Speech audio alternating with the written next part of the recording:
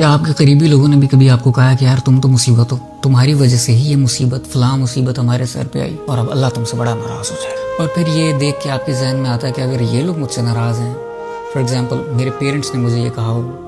یا میرے بہن بھائیوں نے مجھے یہ کہا ہو، میرے قریبی رشتہ داروں نے کہا ہو، تو اگر انہوں نے کہا ہے تو پھر اللہ تعالیٰ بھی میرے بارے میں یہ سوچتے ہیں میں تو اللہ کی رحمت سے محروم ہو گیا، مجھے تو اب عذاب ہی آئے گا۔ عائشہ رضی اللہ عنہ کا جب ہار گھما تھا نا اور تیمم کی آیات نازل ہوئی تھی، اس واقعے کے اندر ایک بڑی مائنر سی ڈیٹیل ہے لیکن بڑا وزن ہے اس ڈیٹیل کہ ابو بکر صدیق رضی اللہ عنہ جو کہ ان کے والد تھے، وہ بھی اس قافلے میں موجود تھے جو روک دیا گیا تھا عائشہ رضی اللہ عنہ کے ہار کی وجہ سے، کیونکہ وہ گم گیا تھا۔ اس جگہ پہ پانی بالکل بھی نہیں تھا، رات کو وہاں ٹھہرے، فجر کا وقت ہوا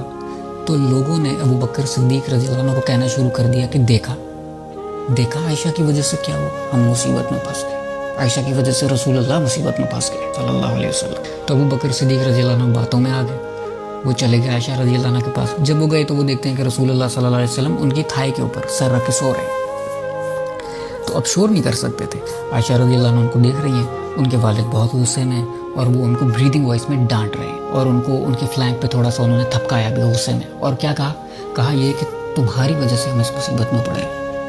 تمہاری وجہ سے ہم سارے یہاں پہ پھنس چکے ہیں، پانی بھی نہیں ہے یہاں۔ صبح کے وقت آپ صلی اللہ علیہ وسلم کی آنکھ کھلتی ہے اور تیمم کی آیات نازل ہو جاتی ہیں۔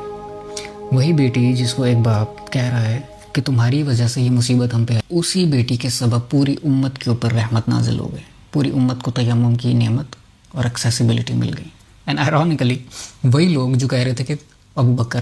عائشہ کی وجہ سے یہ مصیبت آئی ہے، جب تیمم کی آیات نازل ہوئی تو وہی لوگ ابو بکر صدیق رضی اللہ عنہ کو کہہ رہے ہیں کہ تمہارے گھر سے ہمیشہ ہمیں رحمت ملی ہے، یہ کوئی پہلی رحمت نہیں ہے جو تمہارے گھر سے آئی ہے۔ جب اللہ تعالیٰ کی کن آتی ہے تو لوگ بھی بدل جاتے ہیں۔ اگر آپ نے اپنے پیرنٹس اور قریبی رشتہ داروں کے ساتھ کوئی ظلم نہیں کیا، آپ ٹھیک تھے، تو پھر اٹس آل گڈ، اگر نہیں تو پھر آپ کو you need to be careful.